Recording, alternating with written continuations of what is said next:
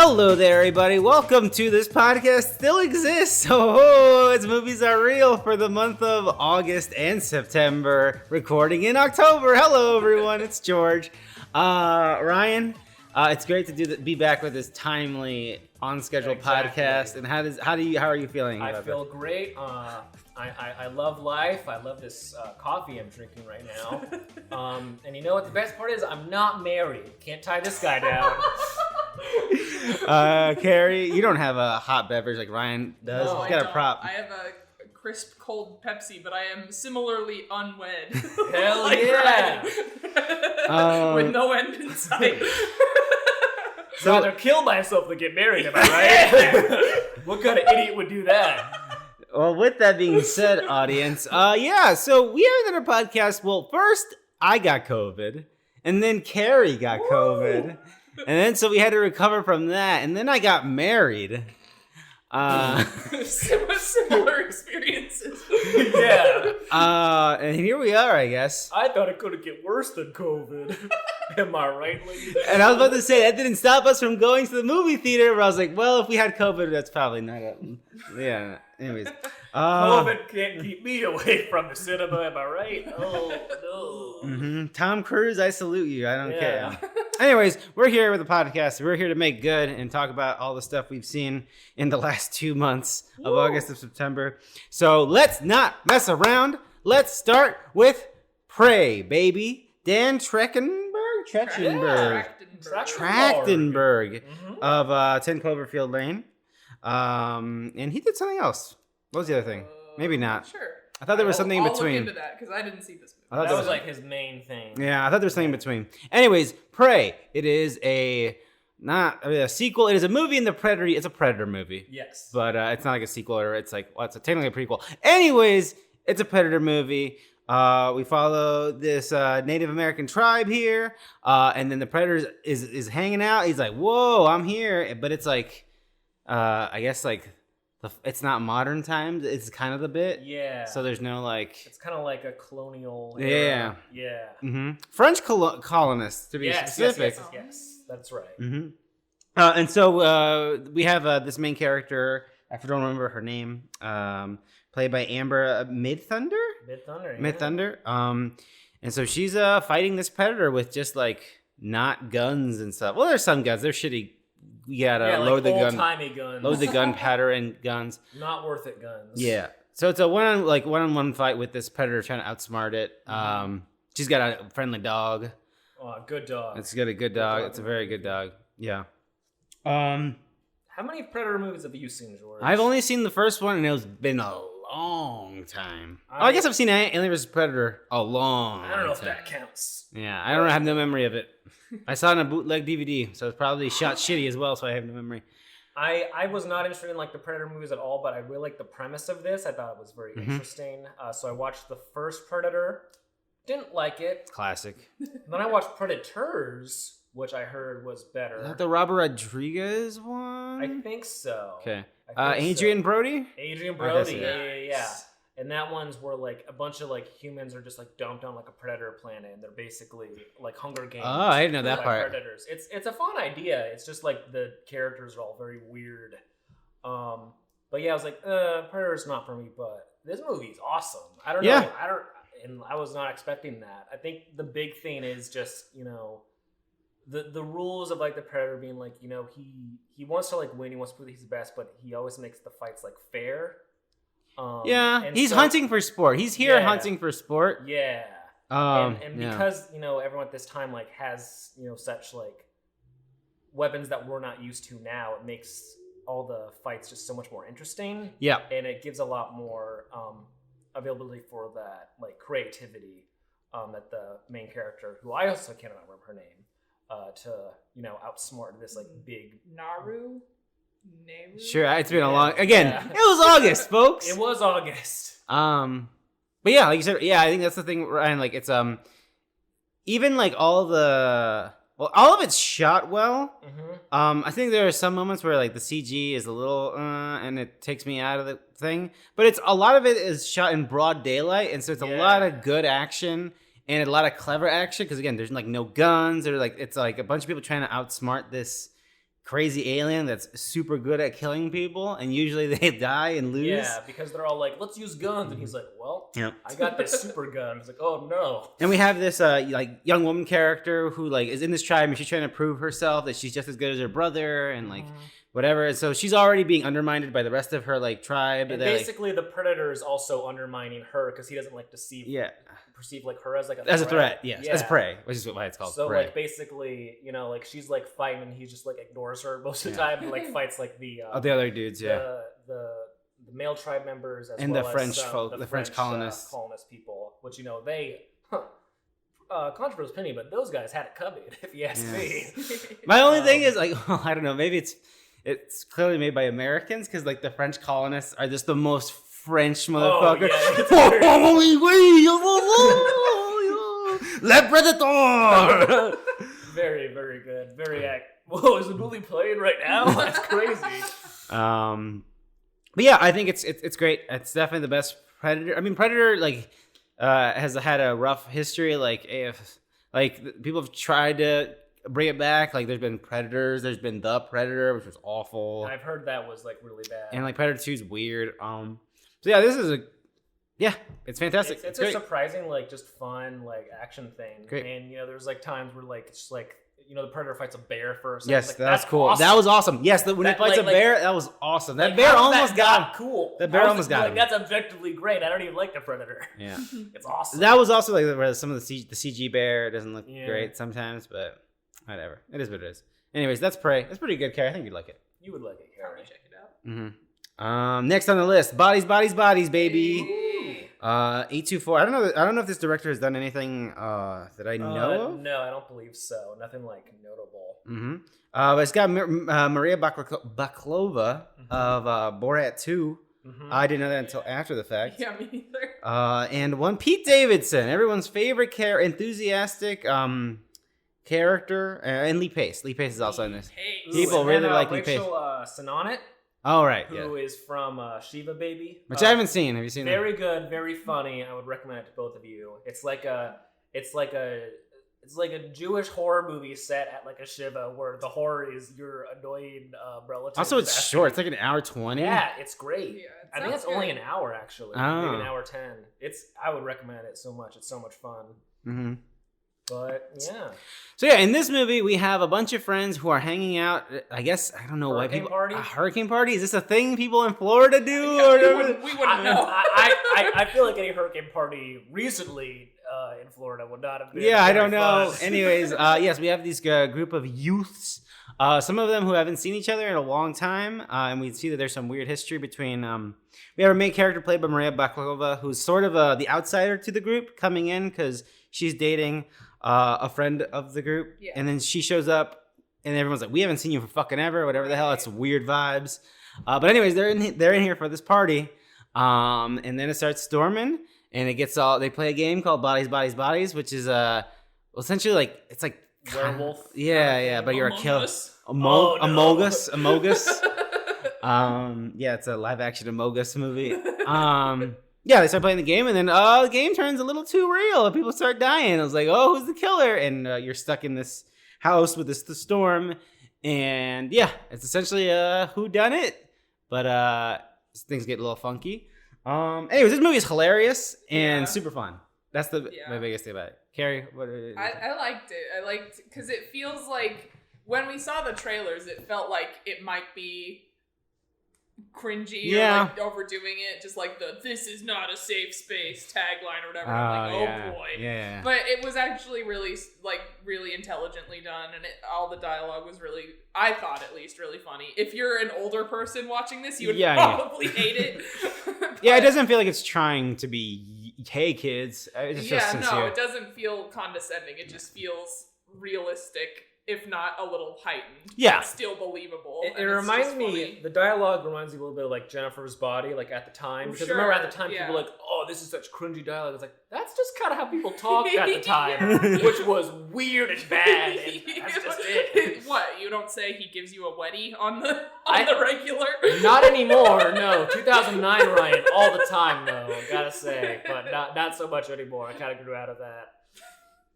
But yeah, like, TikTok plays a pivotal role in this movie. So yeah, it is very much a movie of its time, which will be interesting how it ages later. But yeah, it's a fun whodunit, I think, with a bunch of fucking characters that are youths and interesting. I don't know. I think Rachel is the star in terms of comedy. Has this very vapid sort of empty. She's great. She's hilarious. I don't know. My favorite delivery is just still like, you hate listen to her podcast. You what? Yes, she has a podcast. So I don't know what the fuck it was about, but so she sits down with her smart best friends and they just talk about stuff. Yes, exactly. Great. But yeah, I think I highly recommend Bodies. It's super fun. Yeah. It's not that violent. If I don't know, I guess it kind of. No, the violence. The violence is very like. You know, it just makes sense. It's not like it's not like anything like out of the ordinary from what you would like expect from like what it's setting itself up to be.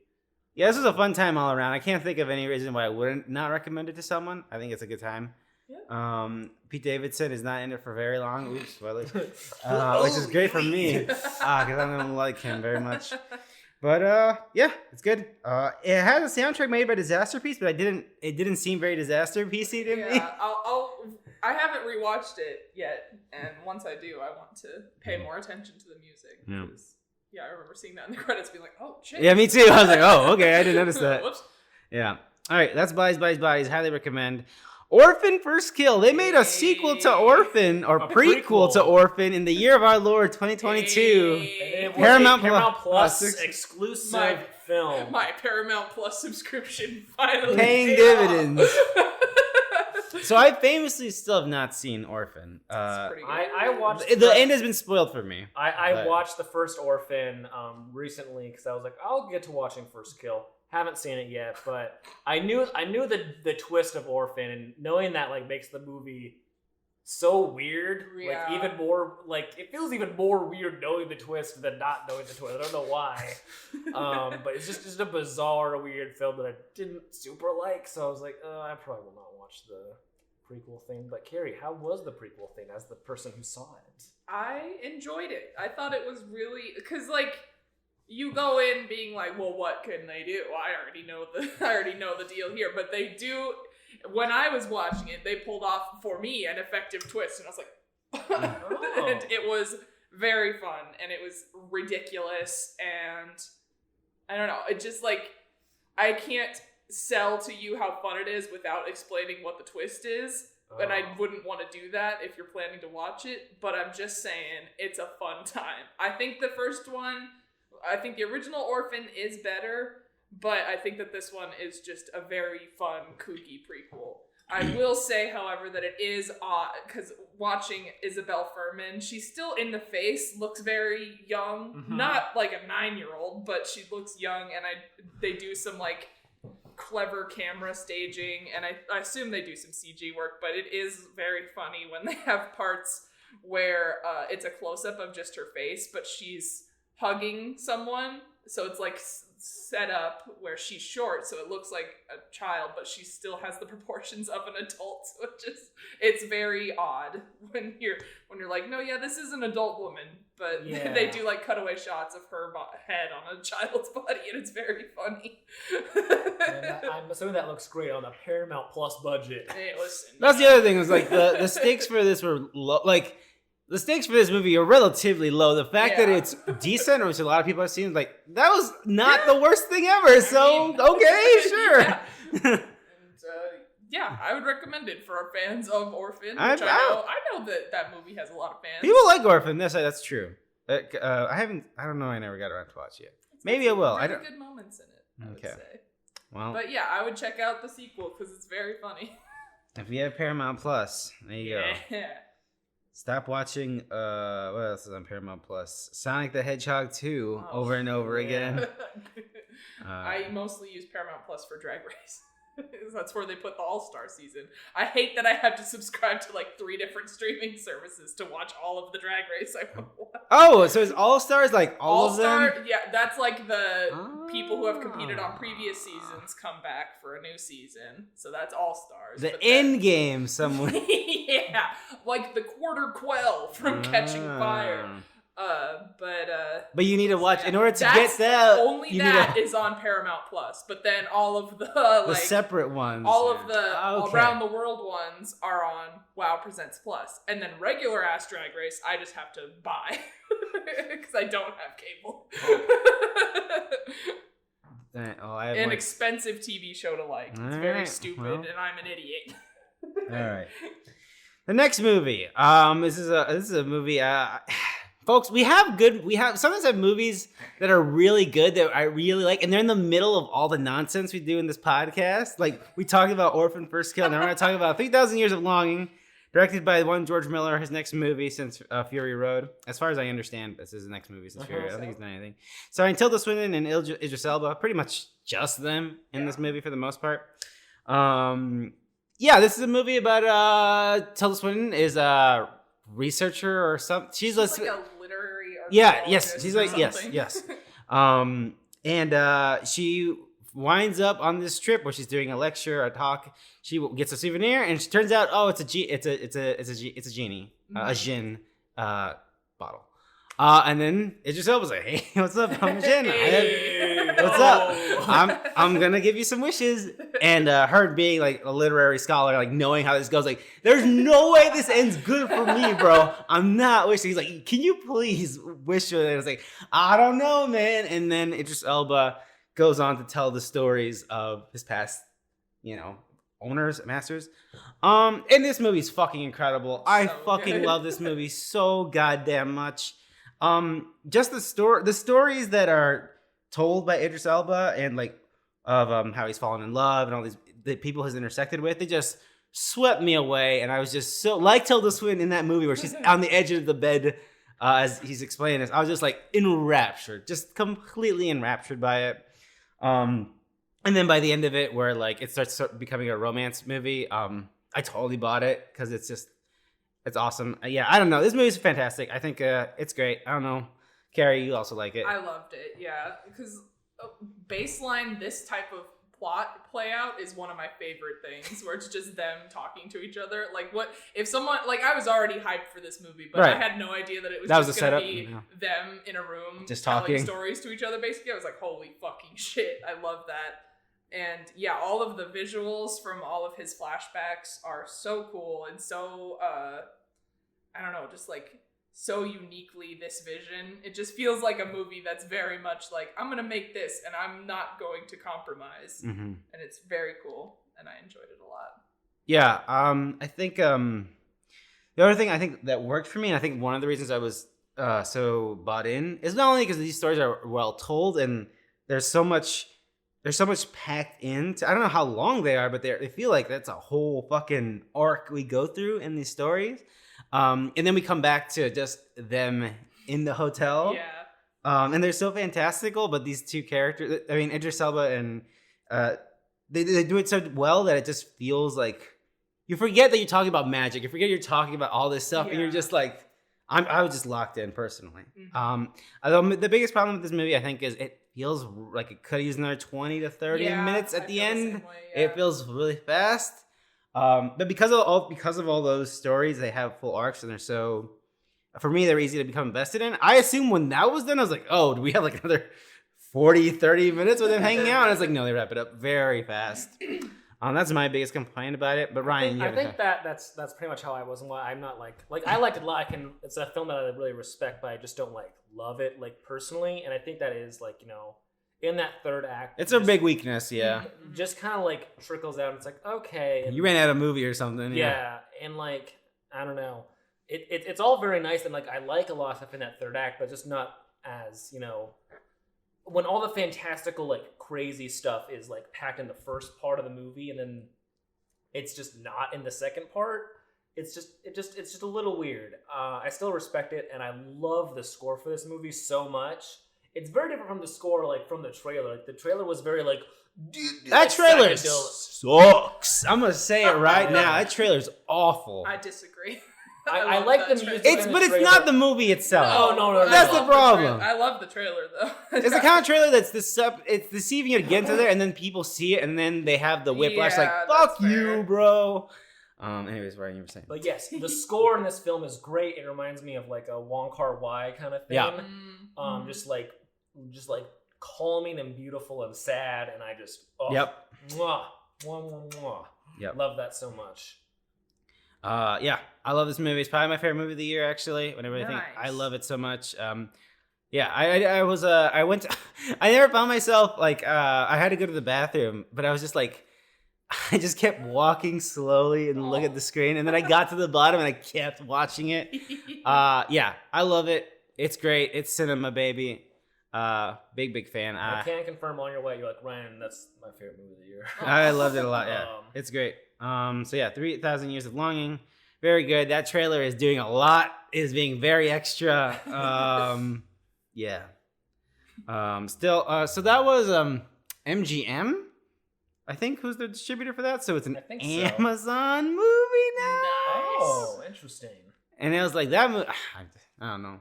I feel like you could have gotten a little more marketing juice out of the next movie by George Miller with Tilda Swinton and Idris Elba, and it just kind of poofed, and it's gone. Oops. Like a Jin. Bye-bye. Anyways, that's good. Another film with a little bit of a deceiving trailer, I feel. Yeah, I guess. Barbarian. It's a good trailer because it doesn't give away what the hell's going on. So that's that's a good thing of the trailer. The trailer spends more time being like, "You've seen the rain." I love that trailer. Was it The Grudge also? There's a producer of The Grudge and The Ring. Very funny. But this movie was directed by one of the whitest kids you know, guys. Which, like, what I found out the day before we were about to see, I was like, I guess he's doing a Jordan Peele and doing like a spooky turn. And then I was like, oh no, this is the kind of movie this kind of person would make. And it's awesome. This movie is so funny. One of the best comedies of the year, I feel. But it's just, lady goes to stay at an Airbnb. It is double booked, little wacky. It's raining. It's a little bit of a meet cute situation with Mr. Bill Skarsgård. Yeah, I was gonna say Bill Skarsgård. Pennywise, and also Nosferatu himself. Right. Also, that guy's handsome. He is. I get it. Finally, people get it. And then there's some weird stuff going on in the basement of that house, and that's all you really need to know. Classic stuff. Yeah, and then stuff goes weird. I can't really talk more about it because it spoils it. Yeah, I don't know. Gary, what do you have anything to say? That's comedy of the year. It's very funny. To be fair to the movie, for the first part where it's a scary movie, I think it does it very well. Me personally, I thought the tension was there, and then it goes places. Yeah. You look at me like I'm some kind of monster.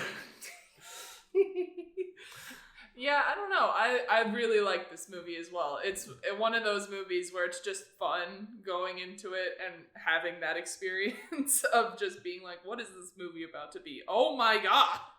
Mm-hmm. It's hard to explain without... Giving credit to where we talked about 3,000 Years of Longing was a movie that was... Trailer is not nonsense. Perfect trailer because it tells you absolutely nothing. It gets your attention. It feels like an old school trailer where it's so like, you won't believe what we're about. From the twisted minds of the whitest kids you know. Yeah. I'm the director of Miss March. Oh no. Yeah, it's great. Big fan. I don't know if I'd like it as much the second time because, again, I sincerely thought it was very well done as a spooky house movie. I think it's a fun thing to watch, like with someone who hasn't seen it. Yeah, I took Greg to watch it, and I had a great time. Yeah, watching him watch it. Mm-hmm. The dumbest part about it was where I thought Bill Skarsgård. Oh, I don't want to spoil it, but there's a moment where, like, is he in on whatever nonsense is happening in this movie? He's like, we gotta go in that basement. I have to see what's in that basement. She's like, I gotta go. I was like, no, we gotta see. And I was like, whatever, movie, it's fine. It's a horror movie, whatever. Who cares? Anyways, Barbarian, it's great. I don't know what Zach's plans are post Barbarian. But if they're anything like that, then I am on board. yeah. I don't know what this one is, but Memoria. This is the film that Neon, right? Yeah. Neon wanted to release a film, and at first they were like, this is going to show in one theater in America. That's that one that I was complaining about because I was fucking pissed. And then the one time it was in Omaha last year, it was like at film streams at like 2 p.m. Yeah, it was like a Saturday at 2 o'clock, and I was like, okay, yeah, I'm working. Yeah. Like, well, too bad. It was a weekday. I remember because like, I guess I could try to leave early, and you had a work day, and we're like, this is gonna work out. But then, like, out of nowhere, it started playing just like at the Alamo, just like all week. They're still doing the tour, I think, but they're just playing it at more than one theater at once. So it was like, because I saw one of their posts on Neon's Instagram where it was like the tour continues, but it was a list of like 10 different theaters. Mm-hmm. So I think they're just trying to make it more accessible while still trying to go this with marketing the bit. It's just annoying where they made this inaccessible movie when like they were like during COVID. Yeah. It's like, wow, it's gonna be and it's never gonna be. Well, I think there is a like Region B Blu-ray that came out, but it was like in that initial run too. They were like, it's never gonna be on streaming. It's never gonna have a physical release. You have to experience it in the theater. That's the first off, I love this movie. It's a good movie. This is a great movie, but making a movie like this inaccessible. Not helping. Not gonna help you sell tickets. It's very stupid. But I don't know if it was more thematic or more like you gotta hear this movie in a theater and we refuse. It is great audio, I will say. Especially when like the whole point of the movie is one specific sound. Yeah. Which is that makes no sense saying that. But basically it's about Tilda Swinton. She is she's like an art. She seems like archivist, professor, art archivist, type. Yeah. Similar character to 3,000 Years very of Longing. Similar character to 3,000 Years of Longing. And like she wakes up one evening to like this weird like sound, like this loud like thud, really loud. But it's a very specific and weird. And she can't like quite figure out what it is. So she like talks to like some audio engineers and is trying to like hunt down like what this sound was because it just doesn't make sense to her. And it's just a classic like. Nothing happens, talking about life and like memory and perception. A movie a lot of people, I feel like in this room, would hate, like with a deep seething pain. And it would, maybe make my life hell for years afterwards. Even though I'm just someone who likes a movie, I'm not like personally like financially invested into it. It's just a little unfair to like consistently over the years belittle me for liking a movie that just happens to be different from your taste, I'm sorry, Ryan. I know, very, very, relatable thing, I bet. But yeah, great film. It's pretty good. Okay. I will say, unfortunately, I will need to watch it again because I was starting to feel sick when I went to see this movie. So I was kind of not fully invested. So I'm like, okay, well, I'll need to rewatch it. Well, I can't do that. Well, I should be free in 3 years when it's back in town. But yeah, so it was a cool experience. Like, what annoyed me of the experience though is I'm at the theater. They gave out little film reels as like souvenirs, and like this theater was like decently packed for like what it was, which already weird. But like no one took them. It was just me, and I had to steal all the other ones. Because like. This is you knew what you were. Was it filmers for the movie specifically? Yeah. So you're going to be able to recreate. Eventually, you're going to be able to keep your own physical reel of Memoria. That's the plan. It lives on here. I just need to like look at it one by one. It'll be like that.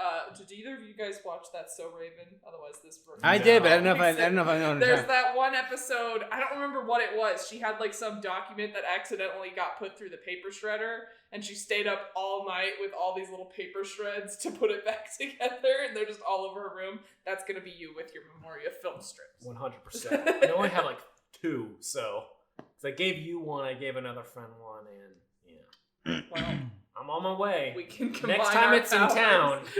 Is there a plan to continually show this? I think that's the idea, that it's going to be the tour going forever, but I imagine the demand will die out. Oh, yeah. So I don't know. That's pretty confident that you're going to give theaters to show this movie. Yeah, it doesn't feel like a movie that would like collect a following. Yeah. No. Like, oh no. Yeah, so I don't know, like yeah, I don't think we like if it losers came back like you and me would be like, yeah, we'll I'm see it again. Yeah, I'll see it again. Like if I'm, But, I'm not gonna go out of my way to see it again. No. You know. Well, But yeah, I feel like in like a few years they'll probably do like, here's a limited run of like X amount of copies we'll do, Sure. and then 5 years later it's like, all right, here's it on Blu-ray. Here. Please. It'll be in like a double pack with this and 3,000 Years of Longing. Yes. Movie night, double feature. all right. Well, that's Memoria. I don't know what the hell this is. They them. They slashed them. Oh, they slashed. This is them. It's a Peacock queer slasher, George. This is a Peacock original film. This starring doesn't Kevin sound Bacon. great. it's not very good. Okay. Yeah. But yeah, I remember like when the title of this dropped and like the premise, like they slash them, and it's like, oh, it's about it's a gay conversion camp, but there's a slasher serial killer running loose. It's like, oh, someone made a Tumblr text post into a movie. Yes, 100%. And like I remember like seeing that and it's like, oh, that sounds bad. And like also on Peacock, nope. The straightest streaming service. Like, come on. But like I was like seeing like, yes, it seems so cool and great. And like the inclusion is cool. Like the main character is non-binary, and they have that discussion about being non-binary. And there's, several trans actors, and everyone, is very open about their sexuality. That's all fine. But this movie reeks. This movie sucks. For like a lot of reasons. One, like the dialogue being like what like we feared bodies would be, I feel. Very much. And also just being tonally inconsistent.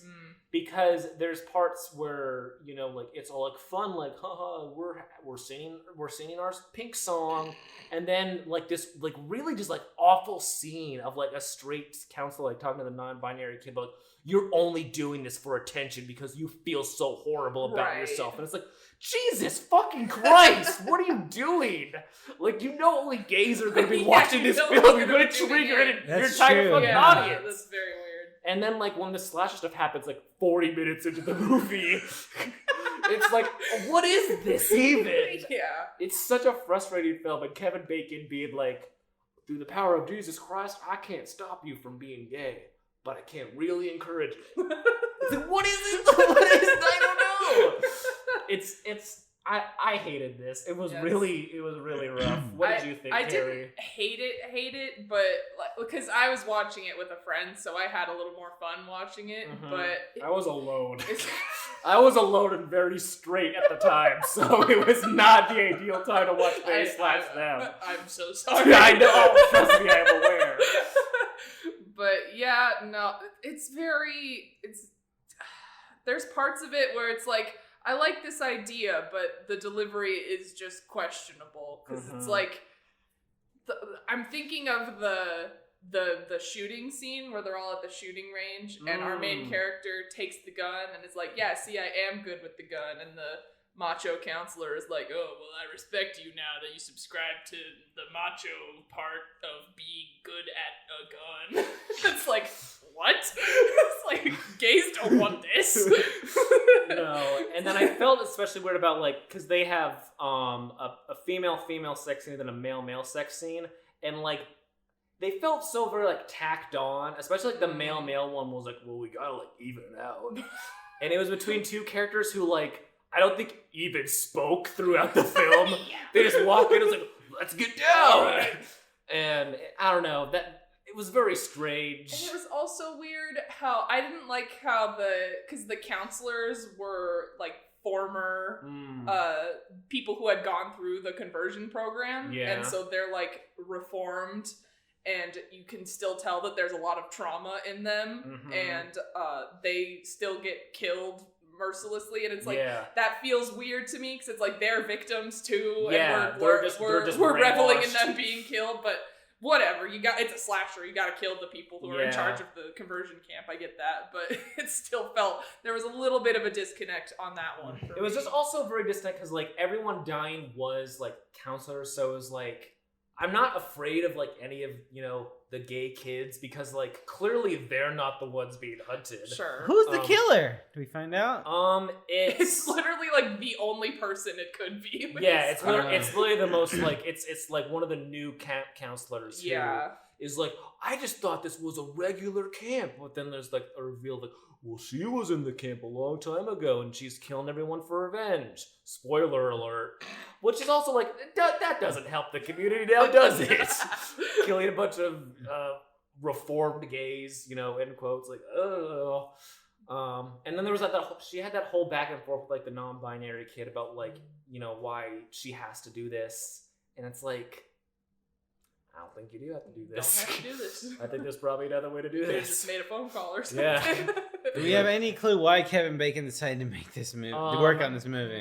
Probably to find out what non-binary meant. 100%. His Maybe- kid said yeah, that. maybe he has a non-binary child. He has a non-binary child. He was like, what? He's a producer on this movie. Yes, I know. He definitely has a non-binary child.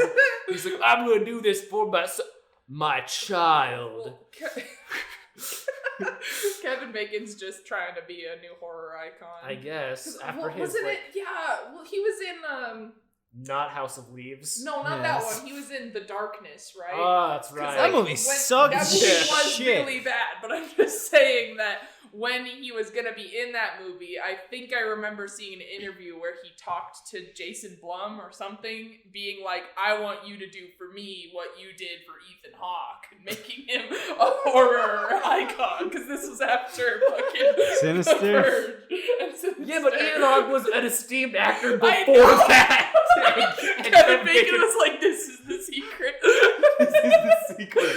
This Jason Blum guy. Somehow Ethan Hawke is just like doing incredible things and retiring after a successful career. And Kevin Bacon's like, "I'm gonna be in They/Them, and you should have left." Cementing my place as a horror icon. So yeah, I think that's what happened there. That is, but he still might also have a non-binary child. I just feel like he has a non-binary child or like nephew or niece or something. Right. All right. And Kevin Bacon shows them this movie, and they're like, "Okay, that's not." Like, Uncle Kevin, I really appreciate you trying, and I know that I can't explain to you how this is not good representation, but you're family, so I'm gonna let it slide. And they'd be like, "Pink?" the song "Fucking Perfect" by Pink. So yeah, Which I do enjoy that song because I really like Pink, but looking at all the reviews, every single review on Letterboxd is like "Fucking Perfect" by Pink. The queers hate this song. It's like this is the song. That was like very shortly after like the weird like non-binary like yelling red like "You're nothing."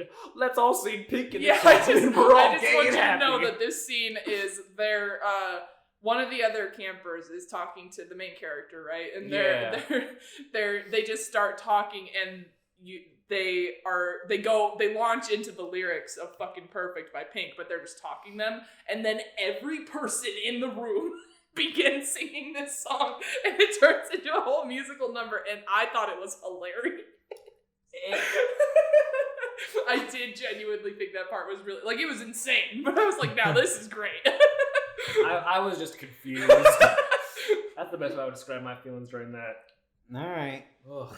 Yeah, that movie's not very good. Yeah. Shockingly. Well, I can't believe Peacock would do this to us. a movie that came out a long time ago that's on this list for some weird reason. Good Night Mommy. What's up with this, Ryan? This movie came out in 2017. This is the American remix. Oh, Starring Naomi Watts. I know. I can't believe you got Naomi Watts. Naomi.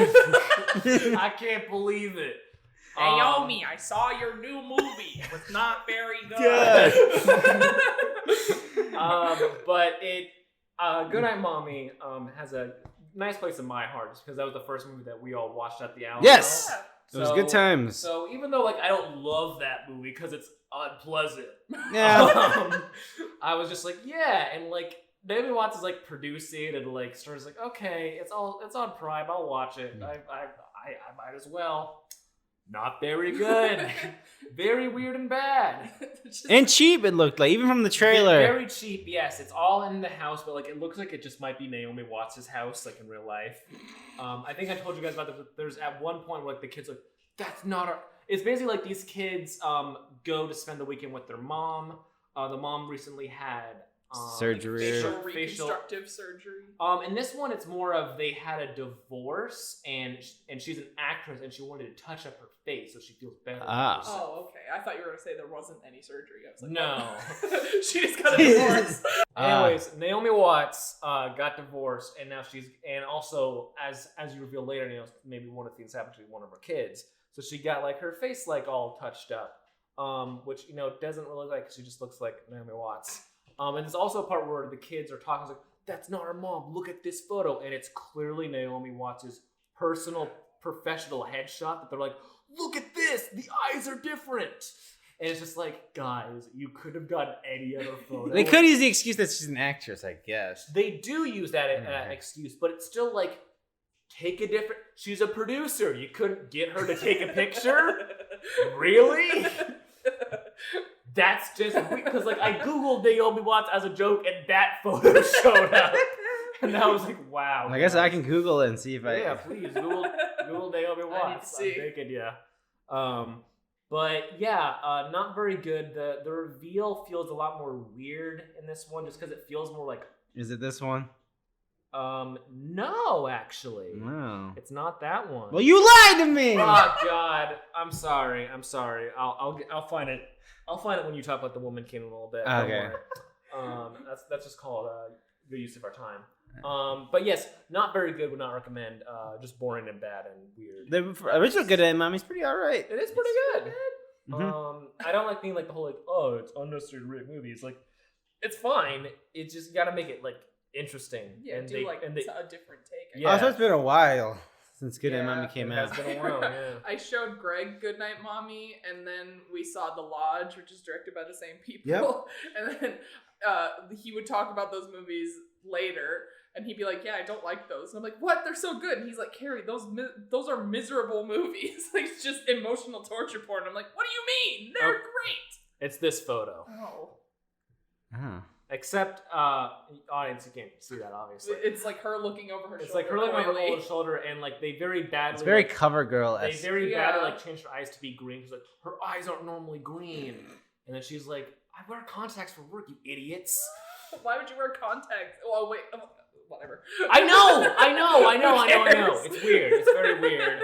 And there's a lot of like weird stuff because like there's like police in it too who like, like find the kids after they like run away. Yeah. And like clearly there's something wrong going on in the house. And like one of the cops is like, I need to do something. And like, that's when like the mom's all in trouble and whatnot. But like, the dude cop is like, let's get out of here. Nothing's going on. Nothing's wrong. He's like, let me just relax. Like, what? Come on, guys. You said he's fine. He's 11.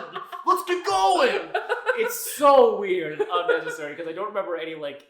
I'm pretty sure in the original one it was just the kids and the mom, right? And there was that. There's a scene part where they go to the. They run away and get brought back by like the mom's friend or something, or the dad. I don't remember, but there is that one sequence that I was just thinking about. We were talking about this that I really like, where it's the like Red Cross donations people show up, and they're like, they're like, "Are you guys gonna donate?" And they're like, "Our mom's not here," and they're like, "We'll wait," and they just stay in the house with them for like an hour.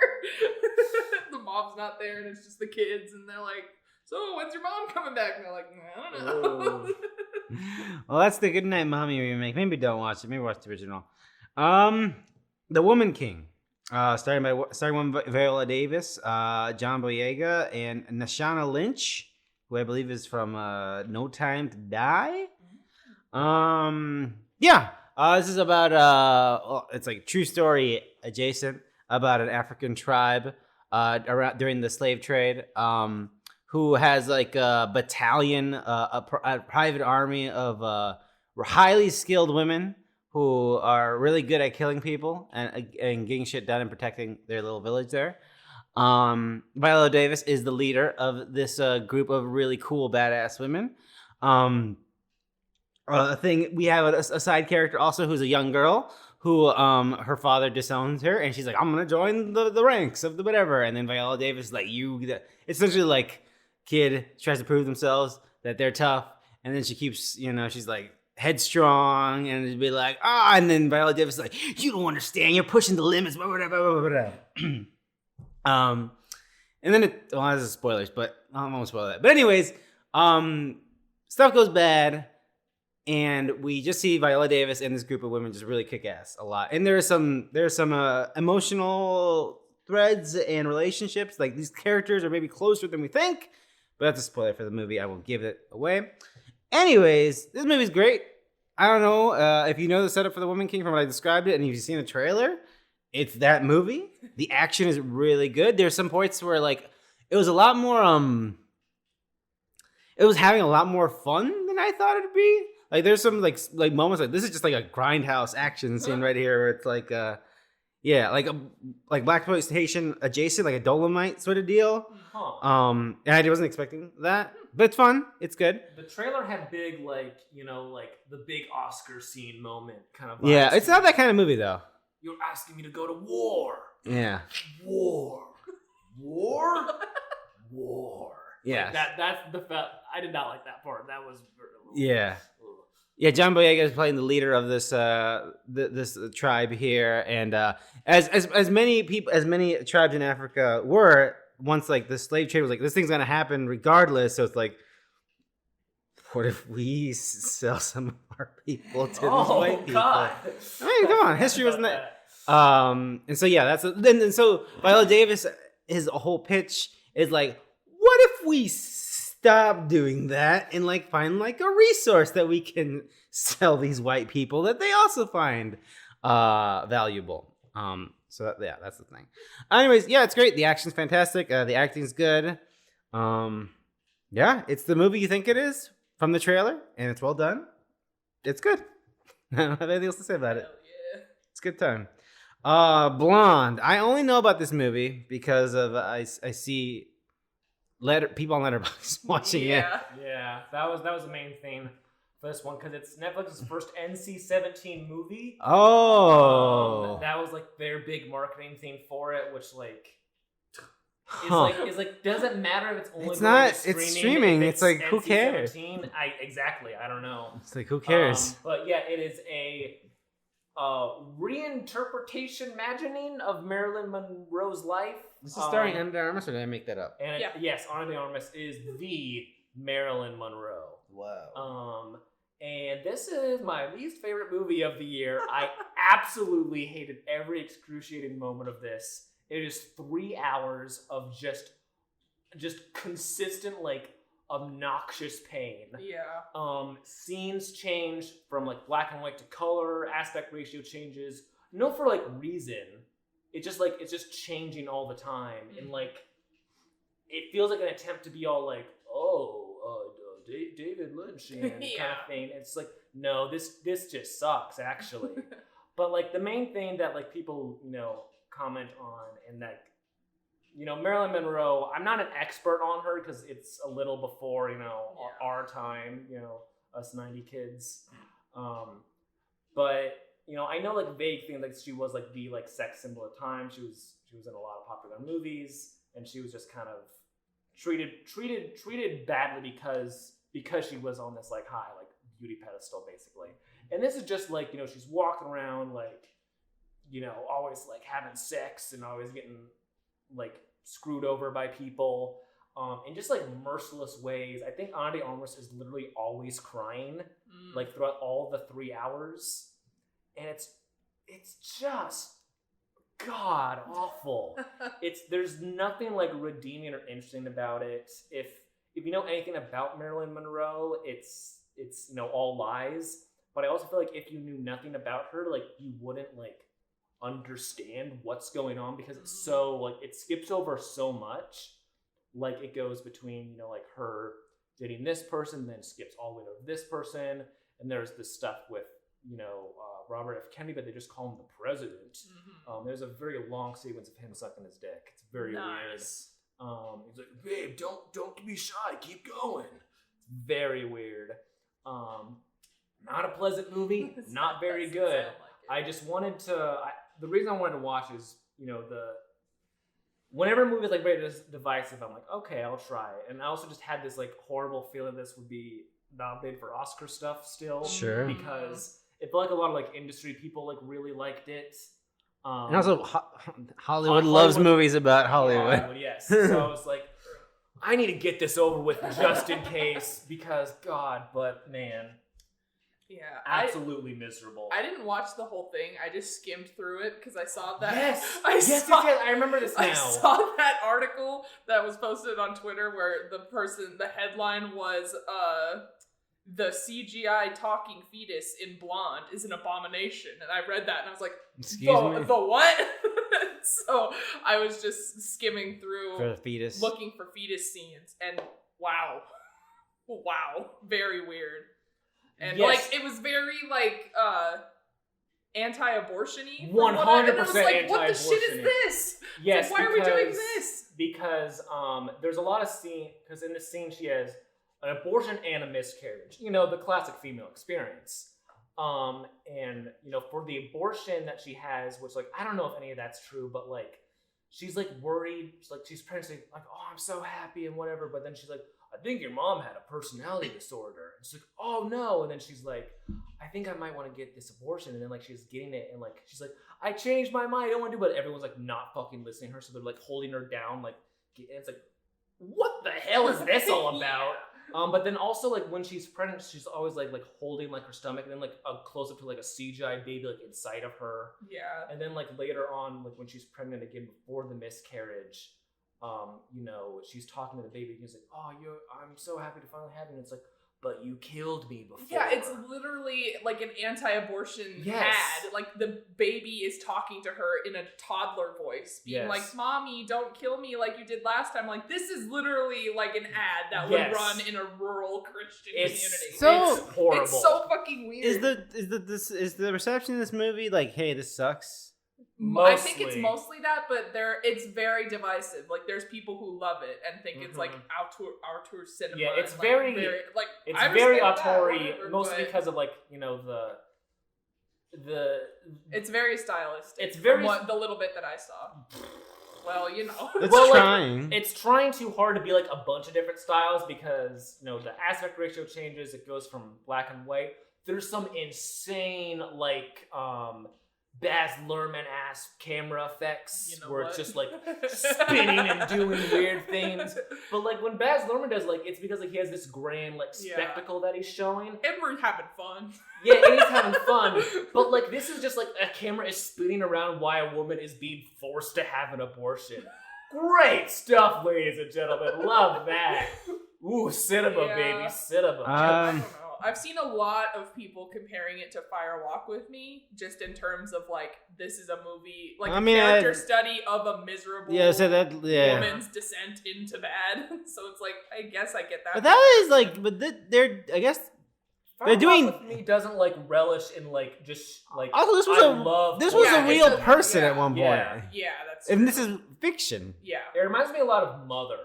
Ooh. Yeah. But again, that's also not about a real person. It's a little weirder when it's so weird when it is a person was real. Basically torture fan fiction. Yeah, exactly. That's what I'm saying. It's and then you made Ana de Armas go through it.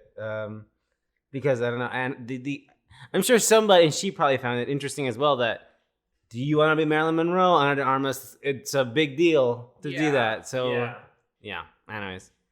I did not care to find. I skimmed through it. I was gonna watch it, but then I was like, 3 hours? No. Yeah, no. I couldn't sleep one night, and I was just like, this will either like piss me off and keep me up, or I'll go out by the light. And unfortunately, it pissed me off and kept me up. That has never worked for me, by the way. When I'm like, I'm so tired, I'm gonna watch a movie to put myself to sleep. Yeah. I always get mad at myself. You should watch The Lord of the Rings. There you go. No, then I'll just kill myself. Permanently. Yeah, permanently.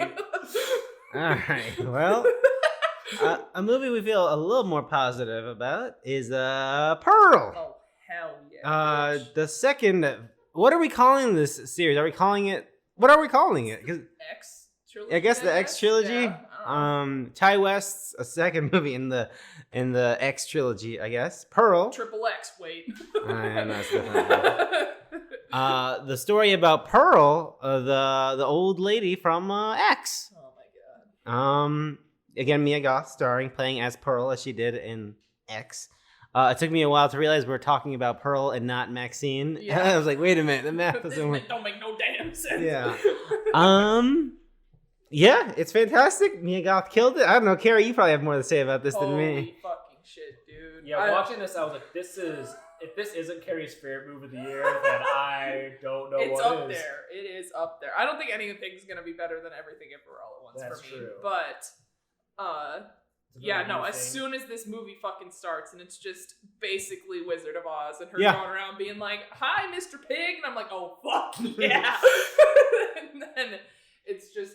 And it commits to that for a long time. It's so fucking good. I love, like, this movie does everything that I want in a movie about a crazy lady. It's just perfect.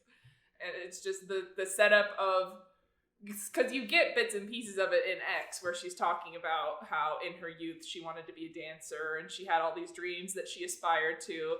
And you're like, oh, how tragic. Something got in the way. And then in Pearl, it's like, I see. This isn't tragic. This is just scary. You're just always bad. You've just always been a little different.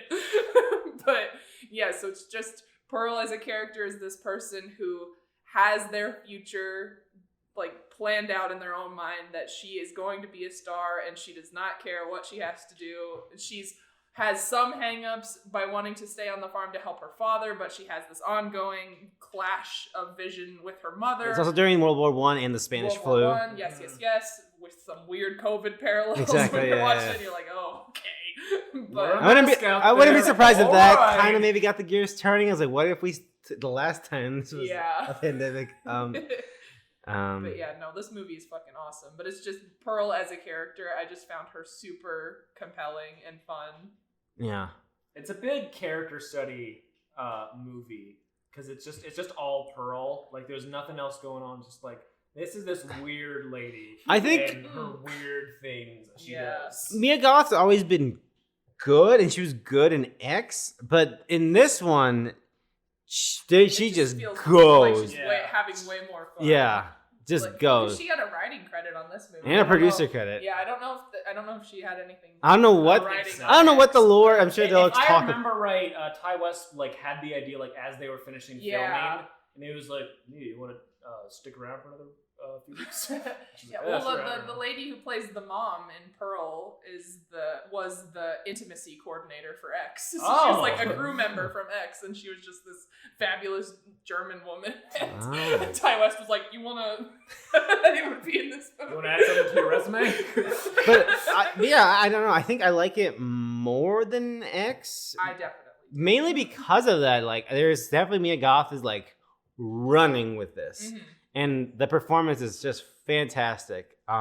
Where like X is fun and like they're all like fun characters, but like this one is like, this lady's zonked and she is terrifying. And they give her a bunch of moments that like, and I think Mia Goth rises the occasion. It's a weird thing when you make a movie like, hey, we're going to have moments where you're going to give a monologue. You're going to have a moment where like you gotta take the surprise people and Mia Goth completely delivers.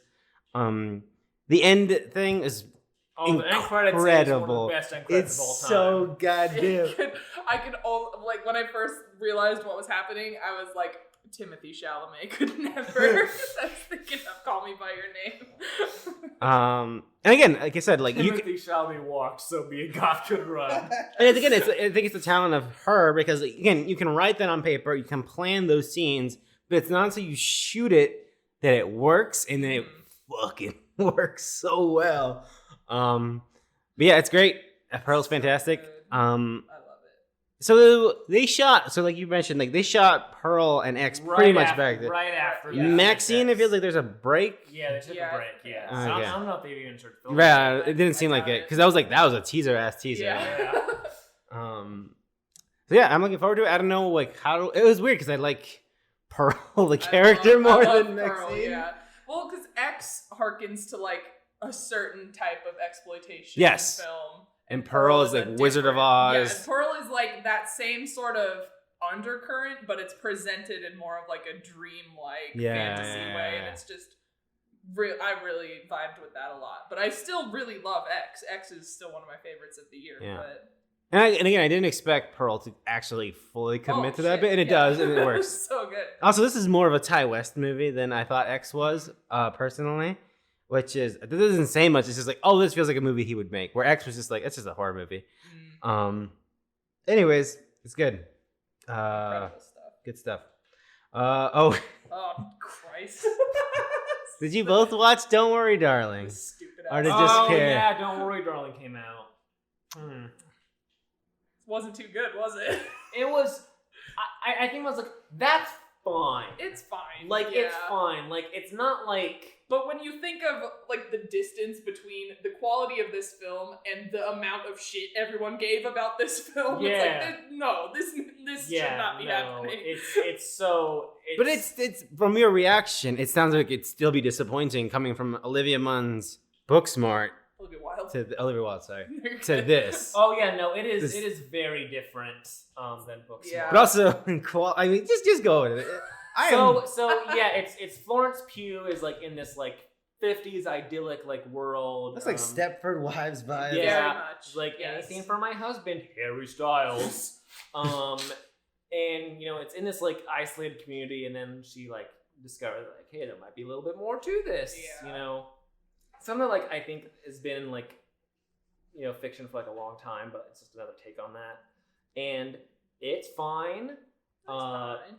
Florence Pugh's performance is very good. She's good.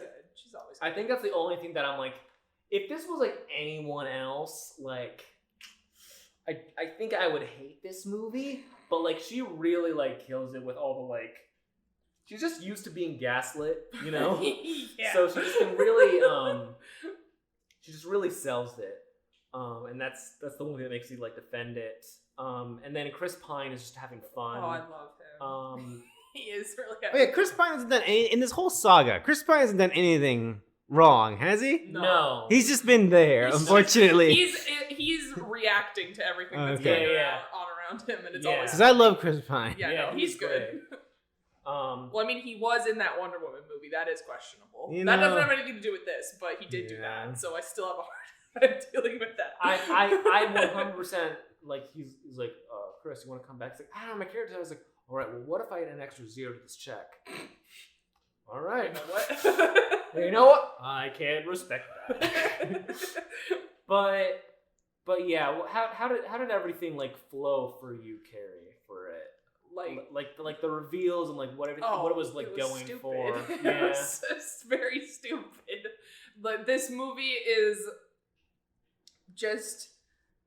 I said it was feature-length Twilight Zone episode, but a lot of people have said it's like a feature-length Black Mirror episode, which I think is a better comparison. I just haven't watched Black Mirror, but it's very much this would have been a great 15-minute short film. Yeah. And it just feels like it feels like we're living in what is this building to, and then when it builds, it's like, oh. It feels more like a book. Yeah. It feels like a book that had like, and like each chapter like did stuff on like other characters, but like Florence Pugh's was like the main one that they like kept going back to, because like there's quite a few like characters who were all like dealing with this thing in like interesting ways, like, you know, the couple that like leaves in the beginning, whatever the hell Nick Kroll was doing, and then like some Chris Pine stuff with his wife, and it just felt like a book where like you took out all the other chapters and just left it there, so like it feels like it's missing something. I started feeling like that because like the inciting thing for her is like, you know, she's feeling a little out of it, but like she sees like a plane crash, and she can't find it, but it's like, what was the plane? Like, in the context of the film, what was the plane? Because they don't get back to it. Beats me, dude. And then and I was like, I don't know what that was supposed to be. Like, I get that they had to get her out there, but like that felt like something that like it was explained, but they cut it out because the movie was already too long. And the reveal is fine. It's what I was thinking it would be during it. I didn't expect. Well, because it's one of those reveals where it's like, oh yeah, it could be that, but surely they wouldn't do the stupidest, easiest most basic thing they could do. No. They do. No, knowing... That's what I was thinking. Is like, it's probably this, but would this movie really do that? And I was like, yeah, it would. Yeah, it would. I'm gonna put it in my head that this is the reveal, and then stuff will happen. I'd be like, this is 100% what it is. There's no explanation. So I'm not gonna watch this movie ever. No. What is it? It's basically a metaverse that she is forced to be in. They were in the game the whole time. Yeah. Because you see, in the real world, Florence Pugh is a doctor, Okay. and Harry Styles is a schlub who Okay. does absolutely nothing. Is a Discord mod. That's true. He literally is a Discord mod who listens to Jordan Peterson all day. Yes. Basically, Chris Pine has like a Jordan Peterson ass fucking podcast, and he developed this like application that lets you go into like this idyllic world, and basically Harry Styles, kidnaps his former wife and forces her to be in the world through like the weird Is science that Florence stuff. Pugh's? And that's Florence Pugh's character. So they're in a simulation the whole time, and it cuts to the real world, and she's just on a bed and has been there for God knows how long. Yeah. And whenever because in the simulation, it's Florence Pugh and all the other wives, and they hang out during the day while the husbands are at work. And it's this whole mysterious thing of like, we don't know what they're doing out there. And it's like, is it nuclear testing? I don't know. But it's just them leaving the simulation to go out and do stuff in the real world. They're just logging off the game. Yeah, exactly. Yes. It's so fucking stupid. I think that's a fine reveal, but it's just not very interesting. And like, it's so boring. Once you have a reveal like that, it like brings up so many questions that the film just doesn't like answer. Yeah. So it just loses, intrigue when it does that. It's a very first draft idea from Olivia Wilde, and I'm bummed for her. I expected better from her. Yeah. Especially because like Booksmart just like is a knockout of the park. Booksmart's so good. I know, it's crazy. Yeah, and then this is not that. Well, I'm excited for that movie to be streaming because I want to see when this reveal happens and then the end. Silly. Yeah. It is funny, like, the scenes after, it's like, okay, this is a simulation and we're fully running with that. The scenes where Florence Pugh is existing, knowing that she's in a simulation, are pretty funny. Mm-hmm. But like, the big reason, like, why he's putting her in there is because, like, he feels like... Oh, right, yeah. He's like, I'm not providing for you. I'm the husband and I need to provide for you. So he basically takes... She loved being a doctor. She wasn't ever complaining. She was just at work all the time, and he was like, well, you're never here. You must be unhappy. And so he took away her agency by plugging her into this stupid fucking housewife simulator and be like, you could be at home now, not working. Isn't that better? And it's what sounds awesome? Having a wife who does all the work while I stay home and be Discord mod. And the wife is Florence Pugh, and I look like whatever they did to Harry Styles. Oh, is he not Harry Styles in the real world? He looks like, well, I mean, it's like, still Harry Styles, but he's... Does he look like Shia LaBeouf? No. It makes sense why they hired Shia LaBeouf at first when you see that. But like, it's like they gave him like, that like pedo like stubble patch. His hair's like super long and greasy. He has like the worst pair of glasses. He's like, wife. And he's also, my favorite small tidbit is that he doesn't have a British accent in the real world, and he chose to be British for the simulation. And I was like, are you fucking kidding me? That is very funny. It's so stupid, because there's like a whole boot up sequence where he's going into the simulation for the first time, and it's like, chosen nationality, British. And it's like, what? It's so fucking dumb. Do we know how well this movie's doing? Do we know what? I assume it's doing pretty well. I mean, I don't know. Let's find out. Box office movie. It wasn't a huge budget. Really? It had a lot of marketing before the drama. Well, I mean, there's all the drama, and I know that a lot of people who just like Harry Styles would go to see it. Just people like Florence Pugh. Yeah, I like Florence Pugh. Yeah. I also like Florence Pugh. Yeah, she's the only reason I love Nick Kroll. I can't get enough of Nick Kroll. Is Nick Kroll and Olivia married? Is that a thing? In the movie, What was this movie called? Don't worry, darling. Don't worry, darling. Darling, I'd advise you not to worry. This did have a lot of like very popular 50s ass music though. So it's like all the stuff you would think of and like so I had fun with that. It's like, it was this I didn't know the song that I 69 million worldwide. That seems pretty good. I don't know how much this movie costed, but that seems pretty good. It's better than Bros did. Which we'll get to. Anyways, is that the next movie, actually? Maybe. It is, bro! Whoa, bros! Any other things about Don't Worry, Darling, though, Carrie? No, I'm excited for it when it's Okay, digitally, cool. so I can watch that scene where it's revealed, where it's a game. The rules. I don't know if there was a big, like, it's a game. Like, it just Oh, it's like, not? I don't think... There's not like an ending where like it zooms out and like she's on the thing or something? I mean, there is that, but That happens, but... I can't remember, like, how it, like, is clear to the character. She gets, like, when she starts having realizations that something's not right, you'll get, like, flashes of the real world, and you'll see, like, images of her in, like, scrubs, and it's like, what's and then going she has a cell there? phone, like a modern smartphone, you're like, huh. Yeah. Weird. So it's, like, That's teased right. throughout, and I don't remember the big reveal either, but I don't remember how they get to the scene where it's explaining It to wasn't the like, audience. she looks up and she's like, it's a video Well, game. I think because when she goes far enough out in the desert, that's basically like the exit point. And so I think then she respawns back at home. She like she like gets trapped in a dream nightmare sequence in between logging off and getting logged back in, and she has this revelation in there, and then she comes back and they're like, no, it's fine, right? She's like, oh yeah, it is fine. Weird. But Anyways. now we as an audience know that. Oh, I get it. I think that's how it played out. I really don't basically. remember, Interesting. It has been a Well, very silly. bros. Hey, baby. I love Billy Eichner. Billy Eichner is so funny. I don't understand why people don't like Billy Eichner. I know. I didn't know that was a thing until because he's been a little annoying about this movie. Like just the Yeah. tiniest bit. Like I get it. I get it because like it's his like.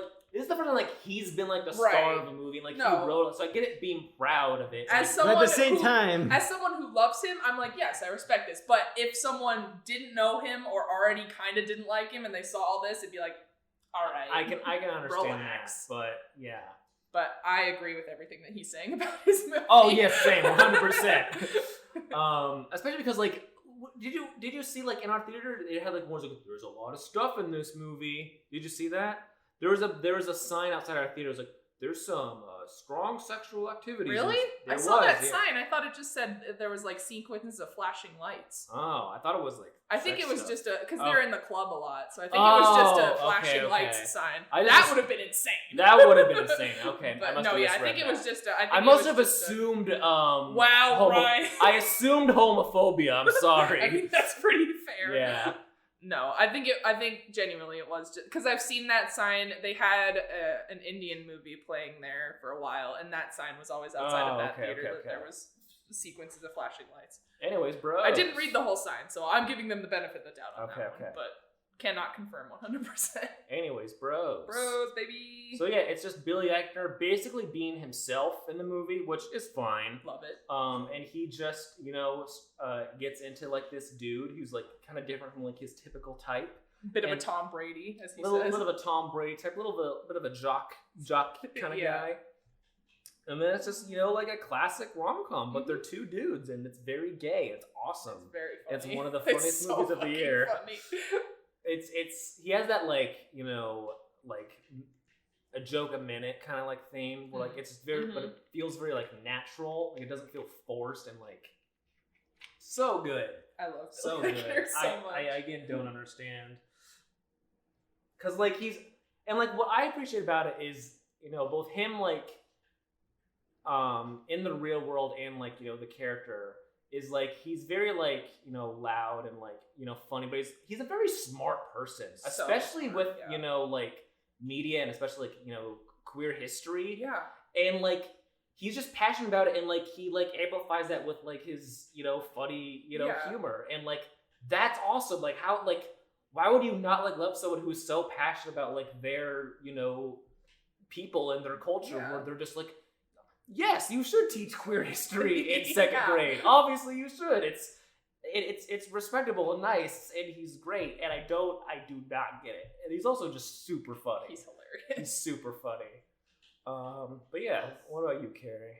I loved this movie. I thought it was fantastic. I know this will be shocking, but I'm not the type of person who usually like shows up for a rom-com. I usually don't care, but I found myself enjoying, because like you know what's gonna happen, it's a rom-com, but it's like it was more interesting by way of having a different dynamic than you have ever really seen in a big budget rom-com like this, and there's not really like a lot of, I feel like rom-coms are now usually kind of stuck to like they're not, streaming services. they don't, they're not really coming out. Which is a bummer.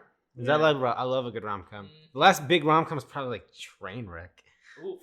And it's the same producers as Trainwreck. That's so true. I mean, the trailer gave me Trainwreck energy, but you know. Yeah, but all modern rom-coms are in that mold when they do show up. So so it didn't do well. Oh, it tanked. Yeah, it did really, really bad. People saw Smile instead, which is crazy. Well, what the heck was the budget for this movie? It was like. Well, it was a Universal Pictures thing, so I think they had like a kind of a bigger budget. Than like it probably needed, but it's still like it's still very good. And you know it does everything with its. It doesn't feel expensive, but I don't know. Maybe they just I don't know. I don't know. 22 million to make.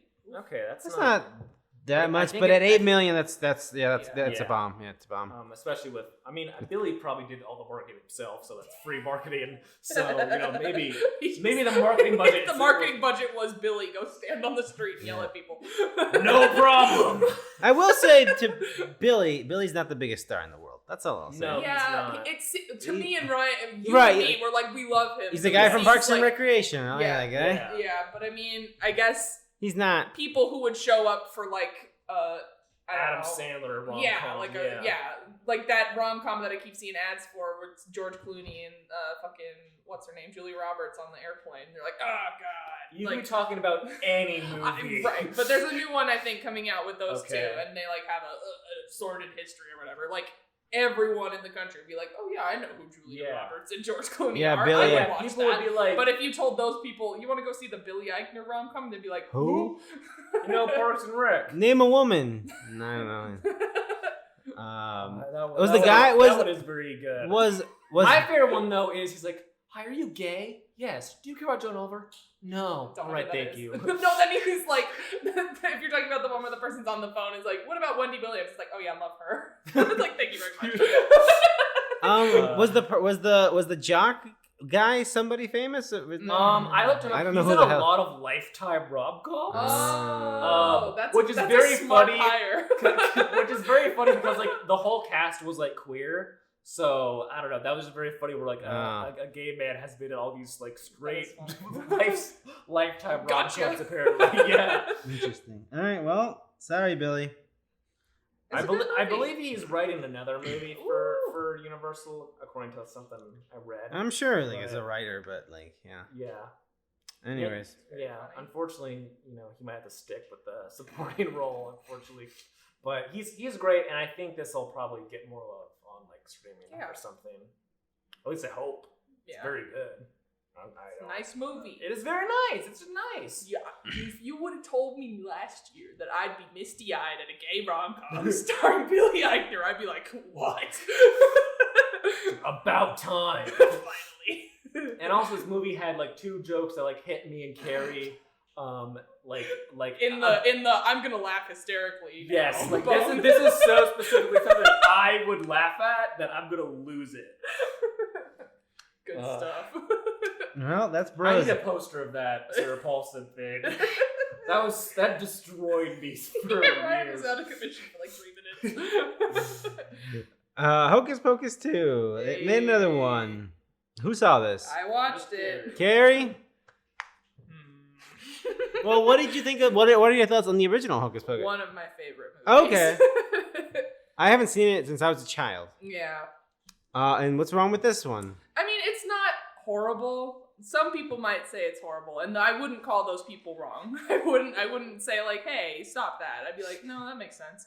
But I think that the only thing keeping the movie afloat is obviously the performances of the three Sanderson sisters, Bette Midler, Sarah Jessica Parker, and Kathy Najimy, because their chemistry is insane, and they're fully bringing it, and it's great. But unfortunately, the movie that's happening around them, story-wise, is just stupid, and all of the new characters, they're not necessarily bad, but it's just like we have this established trio that is so perfect, and then you try and bring in new people and be like, aren't they just as charming? And it's like, no.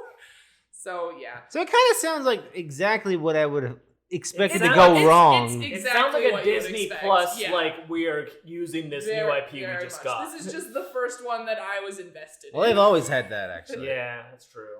But yeah, because the story basically is there's a girl and her friends, and it's the girl's 16th birthday, and she's like a baby witch, and they do witchy practices and everything. And there's a magic shop now where the Sanderson sisters' house was, and this guy who works there sells like replicas of all of the merch and all of the items and everything. And he gives them a black flame candle and be like, use this for your witch ritual out in the forest. But he actually gives them the real black flame candle, and they resummon the witches, and the witches wreak havoc. And there's also a beginning sequence of the witches as children, which was very odd, but also very funny.